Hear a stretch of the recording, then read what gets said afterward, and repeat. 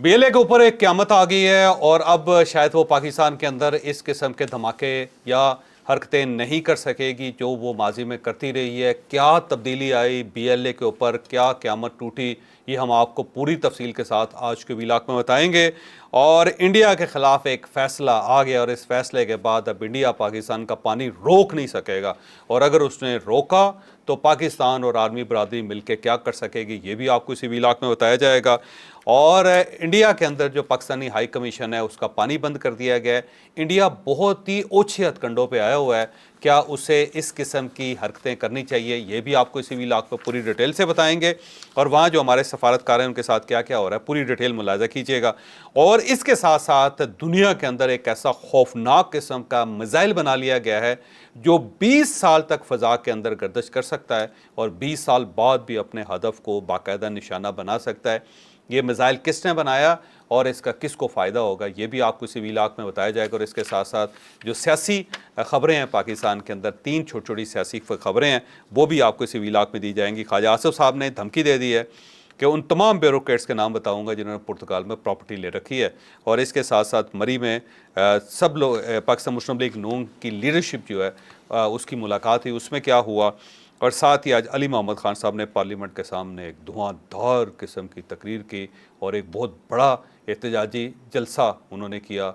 और उसके बाद क्या हुआ ये भी आपको इसी व्लॉग में बताया जाएगा। लेकिन व्लॉग की तरफ जाने से पहले मेरी आपसे रिक्वेस्ट है कि चैनल को सब्सक्राइब ज़रूर कीजिएगा और ये जो बेल आइकन है उसको ज़रूर प्रेस करें ताकि नोटिफिकेशन आपको मिलता रहे। और ये याद रखें कि हर अच्छी बात सबका जारिया होती है। अगर आपको ये व्लॉग अच्छा लगे तो किसी न किसी के साथ ज़रूर शेयर कीजिएगा। और हमने अपना कॉलम 0 पॉइंट अब ऑडियो फॉर्म में लॉन्च कर दिया है, आप लिंक पर क्लिक करके अब हमारे कॉलम सुन भी सकते हैं। अस्सलाम वालेकुम नाजरीन, मैं हूं फ़ारूक अब्बास न्यूट्रल बाय जावेद चौधरी। मैं नाजरीन चौधरी साहब से अपने तमाम स्टोरी सुनी। सबसे पहली स्टोरी जो आपको बताने जा रहा हूं वो है जी खबीस ब्रिगेड के हवाले से, सॉरी माजरत हूं, मजीद ब्रिगेड के हवाले से। मजीद ब्रिगेड जो कि बीएलए का बच्चा थी, और बीएलए किसका बच्चा है, वो है जी भारत का बच्चा, ठीक है। और इससे ज़्यादा मैं नहीं कहना चाह रहा कौन से वाला बच्चा, आप खुद ही समझ जाइएगा। उसके खिलाफ एक बहुत बड़ा एक्शन हो गया और एक्शन किया है जी अमेरिका ने। ऐसी की तैसी फेर के रख दी है इनकी। जो हरकतें ये पाकिस्तान के साथ करते आ रहे थे, जो धमाके पाकिस्तान में जो हो रहे थे, जो ट्रेनें पाकिस्तान में अगवा हो रही थी, जो हमारे फोर्सेस पे अटैक हो रहा था, अब उसे बहुत बड़ा डेंट पड़ने जा रहा है। ये क्या है डिटेल आपको डिटेल से ही बताते हैं। अब देखें, बीएलए ज़ाहिर है वो एक ऐसी थ्रेट है जिस पे पाकिस्तान बहुत ज़्यादा ज़ाहिर है अलर्ट भी है और उसके ख़िलाफ़ ऑपरेशन भी कर रहा है। और ये प्रॉक्सी है इंडिया की, 2 प्रॉक्सीज़ हैं इंडिया की, एक टीटीपी है और दूसरी बीएलए है। और इसके ऊपर $1 बिलियन इंडिया हर साल खर्च करता है। आप ये समझ लो कि 300-325 अरब रुपए खर्च किए जाते हैं। और अब ये ट्रेनिंग जो है ये पहले ईरान के अंदर भी होती थी इन सब की, और उसके बाद अब सिर्फ अफ़गानिस्तान के अंदर हो रही है। लिहाजा बीएलए हो या टीटीपी हो, दोनों अफ़गानिस्तान से ऑपरेट करती हैं पाकिस्तान के अंदर।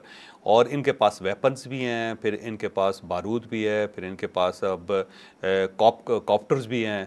और वो जो आप ये समझे कि मिसाइल्स लेके या वेपन्स लेके या बारूद लेके जो ड्रोन्स उड़ सकते हैं वो भी इनके पास है। नाइट विजन भी, नाइट विजन्स भी हैं इनके पास। उनके पास ऐसी राइफल्स भी हैं जिससे ये 7 किलोमीटर दूर से हिट कर सकते हैं। अच्छा। और इसने पाकिस्तान को बहुत नुकसान पहुंचा है। तो ये जो लोग हैं इनके पीछे ज़ाहिर इंडिया है। तो अब अमरीकी वज़ीर महकमा खारजा ने इसको आलमी दहशतगर्द तंजीम करार दे दिया मजीद ब्रिगेड को। उससे पहले बीएलए को 2019 में दहशतगर्द जमात करार दिया गया था। उसके बाद इन्होंने मजीद ब्रिगेड बना लिया, तो मजीद ब्रिगेड जो है उसको भी उन्होंने आलमी दहशतगर्द तंजीम डिक्लेयर कर दी है। और अब ये क्यों किया गया, एक तो ये है कि जो जाफ़र एक्सप्रेस इन्होंने अगवा की थी उसमें 31 लोग इन्होंने शहीद कर दिए थे। और उस एक्सप्रेस को अगवा करने और 31 लोगों की शहादत की जिम्मेदारी जो है जाफ़र एक्सप्रेस से रिलेटेड मजीद ब्रिगेड ने कबूल की थी। और जब उसने आलमी लेवल पे ये प्रेस रिलीज़ जारी कर दी कि जनाब हमने किया है, और इसके साथ साथ जो कराची के अंदर इंसिडेंट्स हुए हैं उनकी जिम्मेदारी भी मजीद ब्रिगेड कबूल करता रहा है। तो इन सब चीज़ों ने मिल के पाकिस्तान को मजबूर किया कि इसे इंटरनेशनल फोरम पे पेश किया जाए। तो अभी आर्मी चीफ क्योंकि वहाँ पे गए हुए थे तो डेफिनेटली उन्होंने वहाँ पे इसके लिए कुछ ना कुछ लॉबिंग की होगी। और हमारा दफ्तर खारजा भी इसके अंदर बहुत ज़्यादा एक्टिव है, वजारत खारजा भी बहुत एक्टिव है। तो बहरहाल ये पाकिस्तान के लिए बड़ी अच्छी खबर है कि अमरीकी महकमा खारजा ने, बल्कि मार्को रूबियो ने खुद इसके ऊपर ट्वीट की है। तो उन्होंने इस जो पाकिस्तान का दुश्मन है उसको उन्होंने आलमी दहशतगर्द करार दे दिया। अब सवाल ये है कि जब आप आलमी दहशतगर्द करार देते हैं तो उसका नुकसान उस जमात को क्या होता है। पहला नुकसान तो ये होता है कि कोई भी आज़ाद मुल्क जो है उसको सपोर्ट नहीं कर सकता। ऐसा नहीं है कि अगर इंडिया की तरफ से कुछ सपोर्ट उसको मिल रही है तो उसको एक्सेप्ट किया जाए दुनिया में।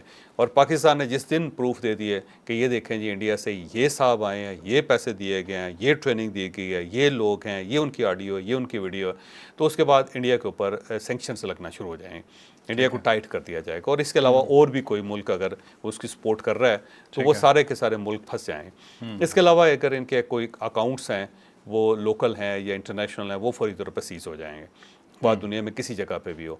इनको पासपोर्ट्स नहीं जारी किए जाएंगे, कोई भी मुल्क नहीं कर सकेगा, ये इंटरनेशनल ट्रैवल नहीं कर सकेंगे अगर इनमें से कोई शख्स कहीं जाना चाहता है या कहीं निकल गया है और अगर उसके पास इंडिया का पासपोर्ट है या अफ़गानिस्तान का पासपोर्ट है या किसी और जो इनका सपोर्टर मुल्क है उसका पासपोर्ट है, तो जो ये फ्लाई करेंगे तो उनको किसी भी एयरपोर्ट पर गिरफ़्तार किया जा सकेगा। और इसके साथ साथ ज़ाहिर है अगर ये अपने हरकतों से बाज नहीं आते तो इनके ख़िलाफ़ ऑपरेशन भी किया जा सकेगा। पाकिस्तान अगर ऑपरेशन करता तो पूरी दुनिया में किसी जगह कोई एहतजाज नहीं होगा, और अगर पाकिस्तान ऑपरेशन नहीं करता तो इंटरनेशनल फोर्सेस भी इनके ख़िलाफ़ ऑपरेट कर सकते हैं। तो ये एक बड़ा टर्न है इस जो लोकल पॉलिटिक्स है या लोकल रीजनल पॉलिटिक्स है उसके अंदर। तो मेरा ख्याल आने वाले दिनों में पाकिस्तान को बहुत फ़ायदा होगा, इंडिया को इसका नुकसान होगा, और BLA जो है ना अब उनके ज़्यादा दिन नहीं रहे। चॉइस ऑफ इंटरनेशनल जो इस तरह की दहशतगर्द तंजीमें होती हैं उसके खिलाफ तो नेटो भी ऑपरेट कर नेटो भी ऑपरेट कर सकता। ठीक है, चलें अब चलते हैं जी नेक्स्ट स्टोरी पे। बहुत ही इंपॉर्टेंट स्टोरी, वैसे लोग मजाक करते हैं कि फारूक साहब हर स्टोरी को इंपॉर्टेंट कहते हैं, प्रॉब्लम ये है जी इंपॉर्टेंट होती है तो हम आपकी गोशगुजार कर रहे होते हैं। अच्छा, अब भारत ने पानी बंद करने की धमकी दी थी पाकिस्तान की, तो पड़ गई है उल्टे हाथ की चपेट भारत के मुंह पे दोबारा से। कहां से पड़ी है? एक स्ट्रेट हुक्म आया है। हुक्म क्या है ये आपको डिटेल से बताएंगे, और अब भारत अगर चाहेगा भी तो पाकिस्तान का पानी नहीं बंद कर पाएगा। डिटेल से स्टोरी जानते हैं जावेद चौधरी साहब। अब देखिए, इंडिया ने सिंध ताश मुआहदा मुअत्तल कर दिया था, उसका बाकायदा ख़त लिखा और उसके बाद उससे पानी बंद करना शुरू कर दिया था। और उससे पहले भी पाकिस्तान प्रोटेस्ट करता रहा आलमी सालसी अदालत के अंदर, आलमी अदालत के अंदर, कि ये जो वर्ल्ड बैंक का मुआहदा था सिंध ताश मुआहदा उसकी खिलाफ वर्जी है, लेकिन कुछ ज़्यादा सीरियस नहीं लिया जाता था। लेकिन जब इंडिया ने बाकायदा पानी बंद किया और सिंध ताश मुआहदा तोड़ा तो उसके बाद पाकिस्तान फिर आलमी अदालत है, आलमी सालसी अदालत है उसके अंदर चला गया, डन हैग, जो दी हैग भी उसको कहते हैं, और ये नीदरलैंड का कैपिटल है। तो वहाँ ये अदालत बनी हुई है। तो वहाँ पाकिस्तान ने अपील की और उसका फ़ैसला 8 अगस्त को आ गया। अब ये फ़ैसला उसकी वेबसाइट पर जारी कर दिया गया। उस फैसले के मुताबिक ये है कि ये एक तो फ़ैसला हतमी है और फ्री कैन के लिए लाजम है कि दोनों फ्री कैन ने इसके ऊपर हर सूरत अमल दरामद करना है, इसके अलावा कोई ऑप्शन नहीं है। और इस फैसले में कहा गया है कि इंडिया फौरी तौर पर पानी छोड़े जो उसने पानी रोका हुआ है, और मगरबी दरिया जो पाकिस्तान का हक है, 3 दरिया, इनके अंदर जो पानी है वो बिला रोक टोक जारी रहेगा, किसी जगह इसके अंदर रुकावट नहीं डाली जाएगी। हाँ, पन बिजली जो है, जो पानी से बनने वाली बिजली है वो बना सकता है इंडिया, लेकिन वो भी रन ऑफ द रिवर होगी। यानी अगर बहता हुआ पानी है तो आप उसके अंदर टर्बाइंस लगा के आप बिजली बना सकते हैं, लेकिन डैम नहीं बना सकते, रोक नहीं सकते क्योंकि डैम जब बनाया जाता है तो फिर रोका जाता है पानी को। तो डैम्स नहीं इंडिया बना सकेगा। तो इस के मुताबिक ये है कि जो मुआहदा पुराना है वो उसको इंटैक्ट है वो, और कोई फ्रीक ना पाकिस्तान ना इंडिया उस मुआहदे को तोड़ नहीं सकता। तो ये उनकी वेबसाइट पे आ गया है। उसके बाद अब सवाल ये है कि क्या इंडिया इस फैसले को तस्लीम करेगा? तो मेरा ख्याल है इंडिया इस फैसले को तस्लीम नहीं करेगा।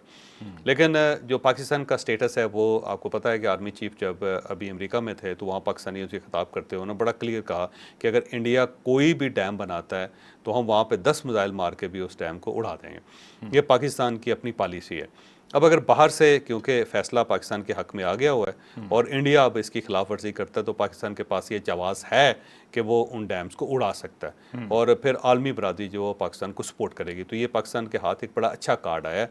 इसके बाद इंडिया मेरा नहीं ख्याल कि पानी रोक सकेगा, लेकिन ये करेगा ज़रूर, क्योंकि मोदी साहब की जो हरकतें हैं वो इतनी आसान नहीं है कि उसको अंडरस्टैंड किया जाए, या वो इतनी जल्दी बैकआउट नहीं कर पाते। अब देखें ना, उन्होंने वाशिंगटन में अपनी एयर इंडिया की फ़्लाइट्स बंद करवा दी हैं, वो दिसंबर सितंबर से फ़्लाइट्स बंद हो रही हैं। तो इससे बड़ी बेवकूफ़ी क्या है कि अगर अमेरिका आपके साथ नाराज़ है तो आप मामलात को सेटल करें। सेटल करने के बजाय एरोगेंस की इंतहा देखें कि उन्होंने कहा जी वाशिंगटन जो है ना हमारी अब एयरलाइन ही जाएगी, तो उससे अमेरिका को क्या फ़र्क पड़ेगा, इंडिया का अपना लॉस है। अभी देखें पाकिस्तान ने इनकी फ़ज़ाई हदूद बंद की हुई हैं, तो उस वजह से 60 करोड़ डॉलर इनका नुकसान हो जाएगा 1 साल के अंदर, जो मेजर नुकसान है।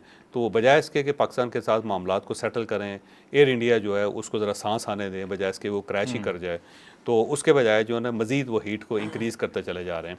आज और कल जो है वो ज़ाहिर फ़ज़ाई मशक़ें कर रहे हैं वो, और नहीं पास आ रहे। फिर जो उनका आर्मी चीफ़ है जो जिस किस्म की तकरीर उसने करती, फिर उनका जो एयर चीफ़ है जिस किस्म की चवल उसने मार दी, इन सारी चीज़ों को देखा जाए तो मुझे नहीं लगता कि ये कोई बाज आने वाले लोग हैं। तो ये हरकत ज़रूर करेंगे, ये पानी रोकेंगे, इतनी जल्दी आसानी से पानी नहीं छोड़ेंगे। लेकिन पाकिस्तान के पास अब बहुत ज़्यादा ऐसे लीवरेजेस आ गई हैं, ऐसे इम्कानात आ गए हैं कि जिनको यूज़ करके पाकिस्तान अपना फ़ायदा देख सकता है और पाकिस्तान का पानी जो है उसको बहाल किया जा सकता है। चौधरी साहब, जो फील्ड मार्शल ने बात की, उन्होंने तोड़ मरोड़ के कहा जी इसे पेश किया कि पाकिस्तान न्यूक्लियर ब्लैकमेल कर रहा है। उधर से उनका बयान आ गया, पानी रोकने की बात वो पहले ही कर रहे हैं, जंग की बात उन्होंने फिर स्टार्ट कर दी। अब ये जो आलमी जो फैसला आया है सालसी अदालत का, इसने कहा जी पानी आप नहीं रोक सकते।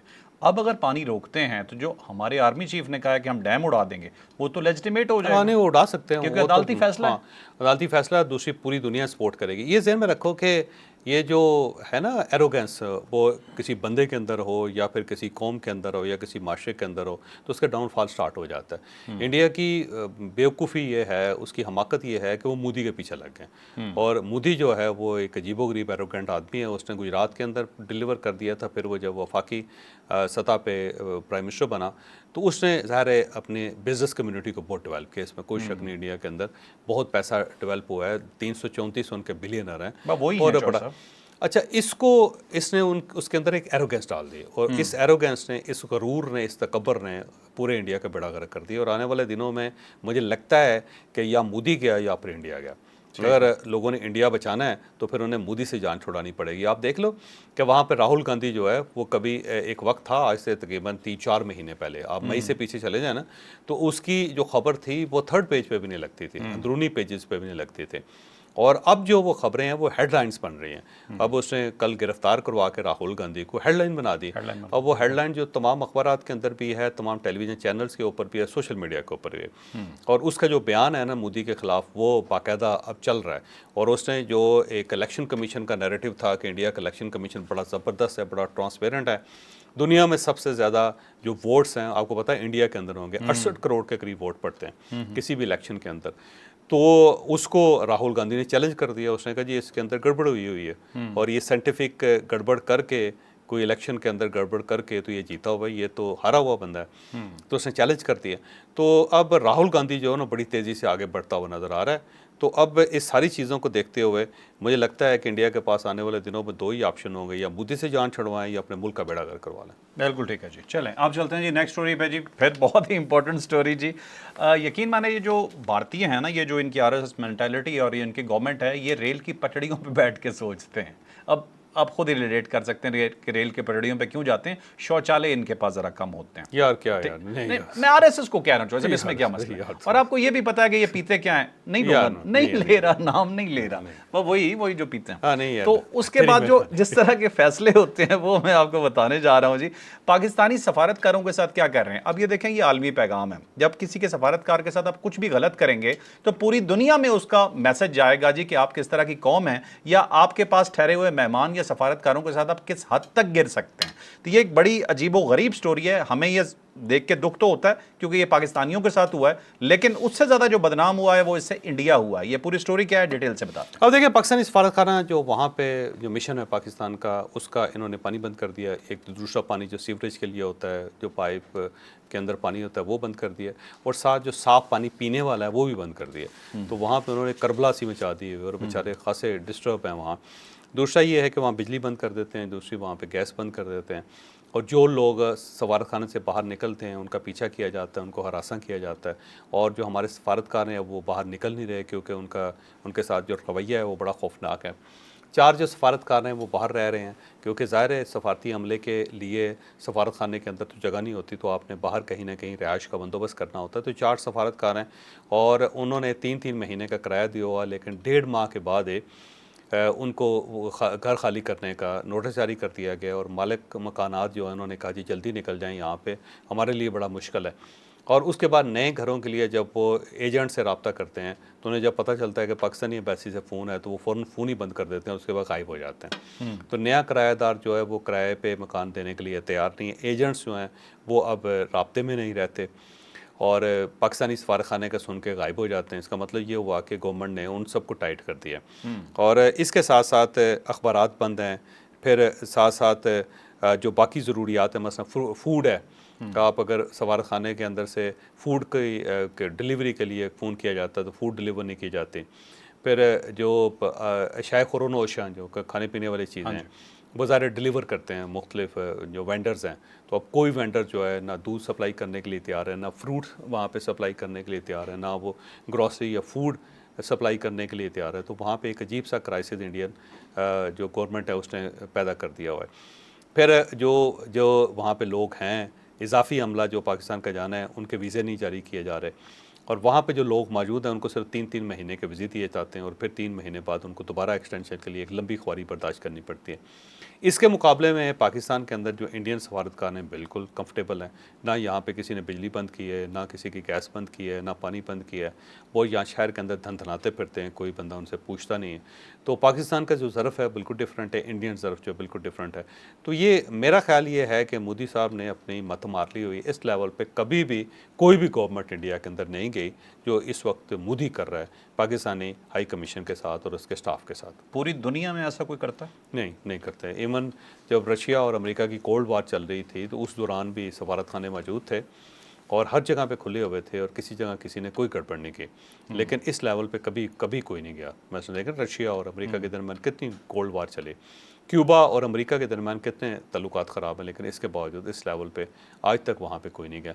ईरान के साथ जो दुनिया का रवैया वो भी देख लें, लेकिन जो सफारती अमला है वो चल रहा है। और सफारतकारी होती है जो वाहिद राब्ता होता है, जो वाहिद एक आप ये समझें एक हॉटलाइन होती है जिसके तहत आप दूसरे मुल्कों के साथ राब्ते रखते हैं और दूसरे मुल्कों के लिए दरवाजे खोल सकते हैं। जब आप वो हॉटलाइन बंद करना चाहते हैं तो इसका मतलब ये हुआ कि आप फिर हमाकत की कोई इंतहा की चोटी के ऊपर बैठे हुए इंतहाई नामाकूल आदमी। चलो साहब, ये कुछ पी के ही ऐसा असर हो सकता है यार खाता नहीं क्या, आगे नहीं बता रहा। ठीक है, अब चलते हैं जी अगली स्टोरी पे। एक ऐसा मिसाइल जी दुनिया के अंदर बनने जा रहा है जैसे वो हाइलाइट्स में आपने सुना भी कि 20 साल तक उड़ सकता है। बड़ा एक डिफरेंट किस्म का मिसाइल है, बड़ी डिटेल स्टोरी आपको बताएंगे। लेकिन दुनिया आप ये देखें जी कि डिस्ट्रक्शन की तरफ जा रही है। अच्छी चीज़ जब कोई बनेगी तो हम उसकी तारीफ़ भी करेंगे, जो पाकिस्तान के या पूरी दुनिया में कोई भी बनाए, पूरी दुनिया के इंसानियत के काम आए। इस तरह की चीज़ें सुनने में तो हमें बहुत अच्छी लगती हैं, लेकिन ऑन द होल अगर हम ये देखें तो ये दुनिया को तबाह करने के लिए हैं। ये नहीं कह सकता कि अच्छी स्टोरी है, हाँ एक साइंसी डेवलपमेंट बहुत बड़ी है। डिटेल से बताते हैं। अब देखो दुनिया जितने मिसाइल हैं ना उसके लिए ज़रा फ्यूल चाहिए होता है। तो वो इस तरह करते हैं कि मिसाइल के पीछे एक फ्यूल होता है और या वो बारूद होता है या फिर दूसरा फ्यूल होता है, लिक्विड फ्यूल होता है, हार्ड फ्यूल होता है। यानी हार्ड जो है ना वो पाउडर की फॉर्म में बारूद होगा। तो अब जो मसलन आपने शुरलियाँ देखी होंगी उसके नीचे आप देखो बारूद होता है। जब उसको आग लगाई जाती है तो बारूद एक प्रेशर पैदा करता है, प्रेशर के बाद वो शुरली ऊपर चली जाती है, हवाई ऊपर चली जाती है। दूसरा हवाई जहाज़ हैं उसके अंदर ज़ाहिर लिक्विड फ्यूल होता है, पेट्रोल होता है, हाई एक्टेन पेट्रोल होता है जो इंजन के अंदर हरारत पैदा करके उसके अंदर फोर्स पैदा करता है, उससे उड़ते हैं। तो जो मिसाइल्स हैं इनके अंदर सॉलिड किस्म का फ्यूल भी होता है। आप ये समझो कि बारूद से मिलती जुलती कुछ चीज़ होगी जो सॉलिड होगी, जो पाउडर फॉर्म में होगी, तो वो उसके अंदर डाल दी जाती है और वो उसको जब आग लगती है या फिर उसको आप किसी तरीके से जैसे दो तारें जोड़ के होता है ना कि आप ब्लास्ट करते हैं, इग्निशन समझे, उसका होता है, फ्यूल होता है उसमें, वो जब आप कंज्यूम होता है। उसको इग्नेट कर देते हैं तो उसके बाद वो उसकी स्पीड बढ़ जाती है। या फिर दूसरा लिक्विड फ्यूल होता है जो उसको आगे लेके चलता जाता है। इसके अलावा और भी बहुत सारे इस टाइप के फ्यूल्स होते हैं जिससे मिसाइल चलता है। अब ये जो रशिया है इसने एक कमाल ये किया है कि उसने पूरी दुनिया में पहली मर्तबा एक ऐसा मिसाइल बनाया कि जिसके अंदर न्यूक्लियर रिएक्टर लगा हुआ है। अब ये जो न्यूक्लियर रिएक्टर है, आपको पता है कि ये न्यूक्लियर रिएक्टर के अंदर थोड़ा सा मवाद होता है, यूरेनियम है या प्लूटोनियम है या कोई भी, और ये थोड़ा सा मवाद जो है ना बहुत ज़्यादा एनर्जी पैदा करता है और तवील अरसे तक एनर्जी पैदा करता है। इसीलिए ये जो एटमी रिएक्टर्स होते हैं ना जब आप लगा लेते हैं तो मुद्दत तक वो बिजली पैदा करते रहते हैं। ठीक है। और क्योंकि जब एटम बम फटता है तो आपको पता होगा कि एनर्जी क्रिएट होती है, 3000 सेंटीग्रेड तक टेम्परेचर चला जाता है उसको, और उस वजह से वो सारी चीज़ें मेल्ट हो जाती हैं जो वहाँ पे, और फिर उसके बाद जो तापकारी होती है वो फिर बहुत अरसे तक रहती है, दहाइयों तक रहती है, जो हर चीज़ को बैरन कर देती है या कैंसर फैला देती है वहाँ पे। तो इन्होंने एटमी रिएक्टर लगा दिया मिसाइल के साथ। अब ये मिसाइल जो है उसके 3 नाम हैं। एक तो इसका नाम जो नेटो ने रखा है वही कोड नाम रखा है, उसका नाम है SSCX-9, स्काईफॉल भी कहते हैं इसको, और ये नेटो का नाम है। दूसरा जो है ना फ्लाइंग चेरनोबल है। चेरनोबल एक यूक्रेन की जगह थी, और ये वो जगह थी जहाँ पे एक एटमी रिएक्टर था जो फट गया था, जो दुनिया के अंदर कुछ ऐसी हॉन्टेड प्लेसेस हैं जहाँ पे आप जा नहीं सकते। एक वैसे मैं मज़ेदार आपको बताता हूँ कि एक ये जो बकीनी होती है ना, जिसको हम बिकनी भी कहते हैं हम, जो ख़वातीन के लिबास होता है जिसमें नहाने के लिए होता है, और ये जो बिकनी है, ये बकीनी है ना, ये बेसिकली एक जजीरे का नाम है। अच्छा। और ये जजीरे का वो नाम है जहाँ पे अमेरिका ने उसे डंपिंग साइट बनाया हुआ है। वहाँ पे न्यूक्लियर फ्यूल जो होता है ना, अपना जो वेस्ट होता है उसको फेंकते हैं वहाँ पे। ओके। और जब वहाँ पे फेंकते हैं तो अब वहाँ पे इतनी रेडिएशन है कि वहाँ पे कोई आदमी एंटर नहीं हो सकता। तो बिकनी या बकीनी, मैं दोनों नाम पर ले रहा हूँ, कुछ बिकनी कहते हैं, कुछ बकीनी कहते हैं, एक्चुअल बकीनी है।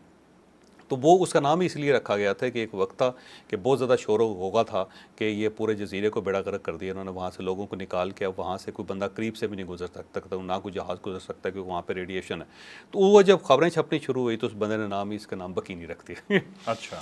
तो अब वहाँ पे हंटेड है, वहाँ पे कोई बंदा दाखिल नहीं हो सकता, चेरनोबिल के अंदर दाखिल नहीं हो सकता पूरे इलाके के अंदर वहाँ पे, क्योंकि ये रिएक्टर फट गया था और उसमें कुछ लोगों ने जान दी, और जो एटमी रिएक्टर का दरवाज़ा था उसको बंद करना, वो जो बंद किया ना उसके बाद वो पूरे बंद करके, और अगर वो बंद ना होता तो जो पानी नीचे था ना उसके अंदर चली जाती है तापकारी, और वो पानी पूरे यूरोप को सप्लाई होता है। यानी नीचे जो ज़ेरे ज़मीन पानी है वो दरिया होता है ना ज़मीन के अंदर, तो वो पूरे यूरोप को पानी सप्लाई करता है, तो पूरा यूरोप मर जाता। तो कुछ लोगों ने बड़ी उसके लिए कुर्बानी दी। तो बहरहाल इसका नाम फ्लाइंग चेरनोबिल भी रखा है रशिया ने, और फिर इसके साथ साथ ब्यूरी वेस्निक सुपर क्रूज मिसाइल भी नाम रखा है इसका। और ये उसका एक टेस्टिंग साइट है रशिया के अंदर, बड़ा अजीब सा नाम है, नोया जंप लिया। तो इस जगह पे उन्होंने इसको टेस्ट किया। 2019 में जब इसको टेस्ट किया गया था तो ये मिसाइल फेल हो गया था और ये समंदर में गिर गया था, और समंदर से निकालना बड़ा ज़रूरी था, नहीं तो पूरी समंदर की जो फ़िज़ा थी वहाँ तापकारी हो जाती तो बहुत बड़ी तबाही आती। इसको निकालने के लिए 6 साइंसदानों की जान चली गई थी, वो तापकारी के शिकार हो गए थे। लेकिन बहरहाल 2020 के अंदर इन्होंने इसको रेडी कर लिया, और 2025 में अब इसकी फाइनल टेस्टिंग हो गई है, और अब इसको फ़ौज के हवाले किया जा रहा है। और इसका कमाल ये है कि जब आप इसको उड़ा देते हैं तो ये 20 साल तक फ़िज़ा के अंदर उड़ सकता है, और ये एक ऐसा मिसाइल है जो कम ऊंचाई पे आता है, यानी कम ऊंचाई पे उड़ेगा। दूसरा ये है कि रास्ता बदल सकता है, यानी गाइडेड है। आप अगर किसी जहाज़ के पीछे लगाएंगे या किसी बिल्डिंग के पीछे लगाएंगे, किसी बंदे के पीछे लगाएंगे, तो ये चलता जाएगा जब तक उसको मारता नहीं। अब 20 साल तक अगर ये फ़िज़ा के अंदर उड़ रहा है तो आप खुद अंदाज़ा लगाओ कि कितनी ज़्यादा लीवरेज होगी रशिया की, कि जब चाहेंगे जहाँ चाहेंगे इसको ब्लास्ट कर देंगे या फेंक देंगे। और अगर ये ऊपर उड़ रहा है तो कोई इसको काउंटर भी नहीं कर सकता, क्योंकि अगर आप इसको रोकेंगे या इसको ब्लास्ट करेंगे तो अल्टीमेटली आप ही का नुकसान होगा, क्योंकि न्यूक्लियर है। क्योंकि रशिया बहुत आगे चला गया इस काम के अंदर, और इसने अमेरिका को हिला के रख दिया, बल्कि पूरी दुनिया को हिला के रख दिया। इसके अंदर अब कमाल ये है कि पूरी दुनिया के अंदर जब मिसाइल्स होते हैं ना तो उनका जो मवाद होता है वो आगे होता है सारा, है फ्यूल, ये जो भी होता है जिसने फटना होता है, वो न्यूक्लियर हेड जो होता है, न्यूक्लियर हेड्स होते हैं, क्योंकि आगे न्यूक्लियर हेड फिट किए जाते हैं, आपने देखा होगा चूड़ी के साथ ना सारे। तो इसका ये पीछे लगाया हुआ इन्होंने, और वो रेक्टर है और उसके अंदर यूरेनियम भी होगी, वो एक तो उसको चलाता रहेगा और उसके बाद जब फटेगा तो आप खुद अंदाज़ा लगाएं क्या। तो दुनिया तबाही की तरफ बढ़ रही है। वैसे ये खौफनाक चीज़ है, मुझे नहीं लगता इसका कोई हल निकल सकता है। ठीक है, ठीक है। चौधरी साहब को पता है कि इंडिया के पास एक ऐसा मिसाइल है जो 30 साल तक उड़ सकता है। आप कुछ मटेरियल ऐसा डालते हैं, वाहियात हरकत करें, वाहियात बात करें, गौ कोला ऐसा ज़बरदस्त किस्म का इंडिजिनस फ्यूल है, 30 साल तक उड़ाएगा। अब चलते हैं जी अगली स्टोरी पे।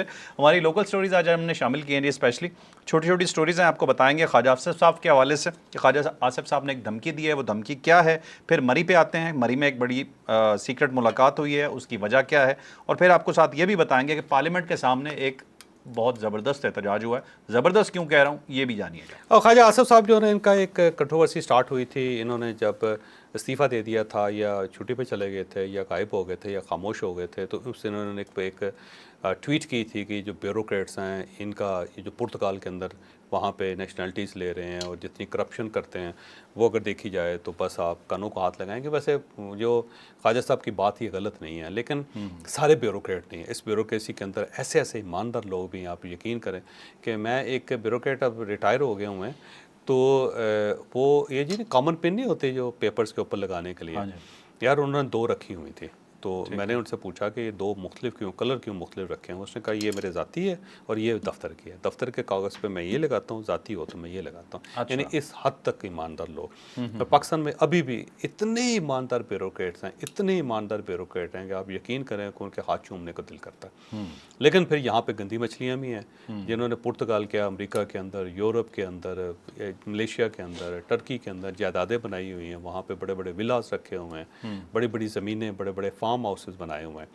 तो वो लोग भी हैं। तो ख्वाजा आसिफ साहब की बात सरासर गलत नहीं है, ये जहन में रखें। लेकिन वो ज़ाहिर है उसके बाद ब्यूरोक्रेसी उनके ऊपर पिल पड़ी और फिर उनके ऊपर प्रेशर भी आया गवर्नमेंट की तरफ से भी। तो अब ख्वाजा साहब दोबारा री एंटर हो गए हैं पॉलिटिक्स के अंदर। तो अब उन्होंने धमकी दे दिया है कि अब जी मैं इन ब्यूरोक्रेट्स के नाम दूंगा। तो मेरा ख्याल है देना चाहिए ख्वाजा साहब को। ख्वाजा साहब के अंदर ये गट्स हैं कि वो ये नाम दे सकते हैं। आपको लगता है अनकरीब बता देंगे? नहीं लगता कि अनकरीब बताएंगे, लेकिन उनको करना चाहिए ये। ठीक है। इसके साथ मरी में मुलाकात हुई है। मियाँ नवाज शरीफ साहब हैं, मरीम नवाज साहबा हैं, मियाँ शहबाज शरीफ साहब हैं। बड़े अरसे बाद जाके ये मुलाकात हुई। कहा यह जाता है जी कि ये जो ज़िमनी इलेक्शन है उसके लिए सीटों का फ़ैसला हो रहा है, जबकि ये जो अंदरूनी इख्तलाफात हैं, फैमिली के इख्तलाफात हैं, मरीम नवाज़ के, मियाँ शहबाज शरीफ साहब की फैमिली के साथ जो इख्तलाफात हैं, जो हमज़ा शहबाज साहब को साइड पर रखा हुआ है, वो सारी चीज़ें मेरा ख्याल डिस्कस होने। ख्वाजा आसिफ साहब जो है ना उनकी जो ग्रीवेंसेस हैं वो हैं। फिर इसके साथ साथ इसाक डार साहब जो हैं वो भी कोई मियाँ शहबाज शरीफ साहब से बहुत ज़्यादा राज़ी नहीं है। ठीक है। उनके जो फटे चल रहे हैं उसके बारे में भी। फिर कुछ और MNAs ऐसे हैं जो ये महसूस करते हैं कि शहबाज शरीफ साहब उनको लिफ्ट नहीं करवाते। MPAs भी हैं सारे। और जहाँ प्राइम मिनिस्टर साहब जो हैं वो उनके और मरीम नवाज साहबा के दरमियान जो फासले हैं, मुझे लगता है कि वो इसके ऊपर काम किया गया ही है।